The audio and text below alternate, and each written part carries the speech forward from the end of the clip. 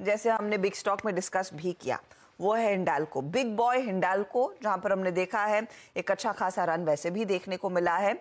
और अब वो खबर साफ हो रही है कि नोवेलिस कंपनी की सब्सिडरी, इसने दरअसल न्यूयॉर्क स्टॉक एक्सचेंज में लिस्टिंग के लिए अपना ड्राफ्ट प्रोस्पेक्टस फाइल कर दिया है।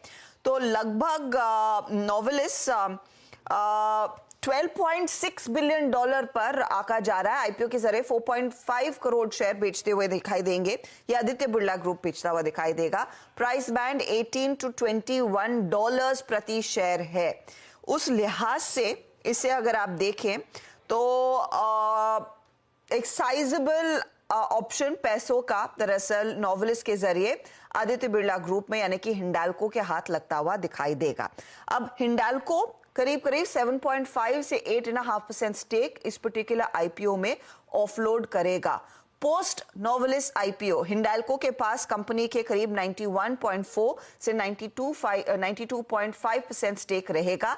यह हिस्सेदारी हिंडाल्को की बनी रहेगी, लेकिन यहां पर हिंडाल्को के लिए ऑफ कोर्स एक बड़ी वैल्यू अनलॉकिंग मानी जा रही है, क्योंकि आसानी से बैठे बैठे अपर प्राइस बैंड पर अगर वो ग्रीन शू ऑप्शन भी यूटिलाइज करते हैं, एक कूल $1 बिलियन तक की कमाई कर पाएंगे। ध्यान रखिएगा, नोवेलिस दुनिया की सबसे बड़ी एल्यूमिनियम मैन्युफैक्चरर है। बेवरेज, पैकेजिंग, ऑटोमोबाइल्स, एरोस्पेस, इन सब के लिए प्रोडक्ट्स या फिर मेटल प्रोवाइड करती है।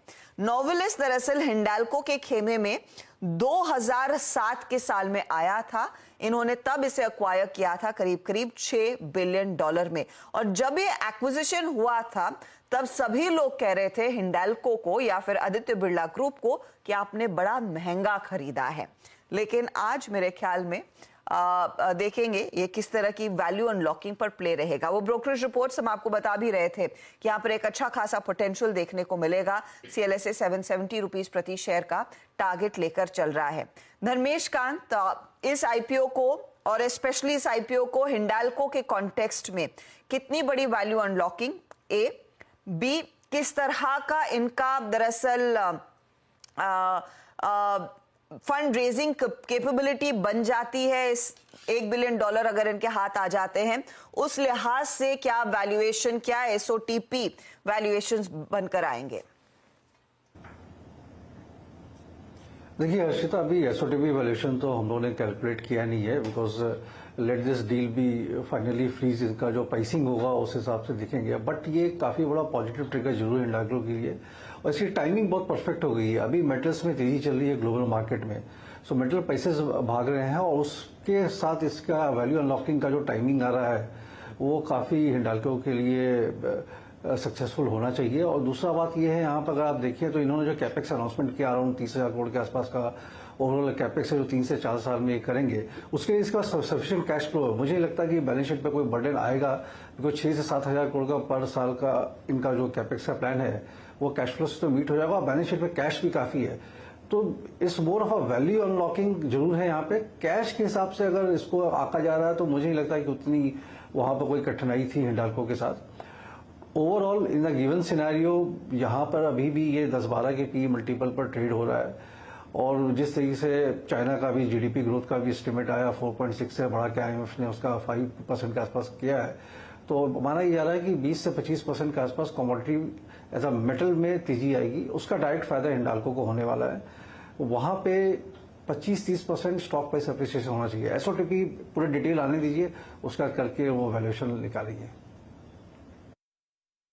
बिल्कुल। अच्छा हर्षदा, इसमें मैं ऐसे एक चीज जोड़ूंगा, भले ही अब $12 बिलियन के करीब की वैल्यूएशन हो रही हो, फिर भी ये कंपनी के लिए इन हाइंडसाइट बहुत खराब एक्विजिशन ही माना जाएगा, क्योंकि 2007 में लिया था इन्होंने $6 बिलियन तब पे किए थे।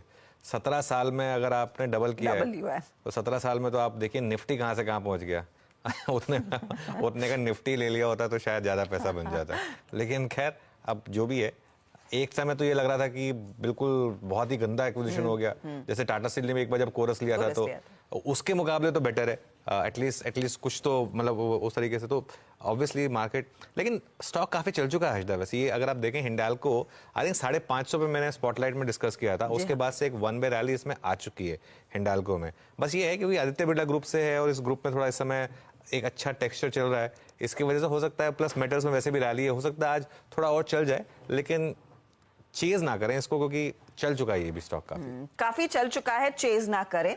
चार्ट्स पर बहेती जी कौन से लेवल्स इंपॉर्टेंट रहेंगे, अगर वो थोड़ा सा मेंशन कर दें।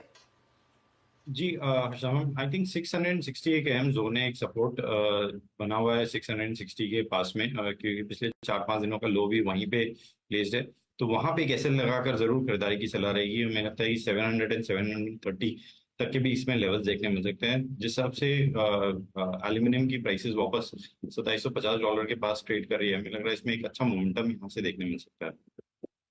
ये फिलहाल आपके लिए लेवल्स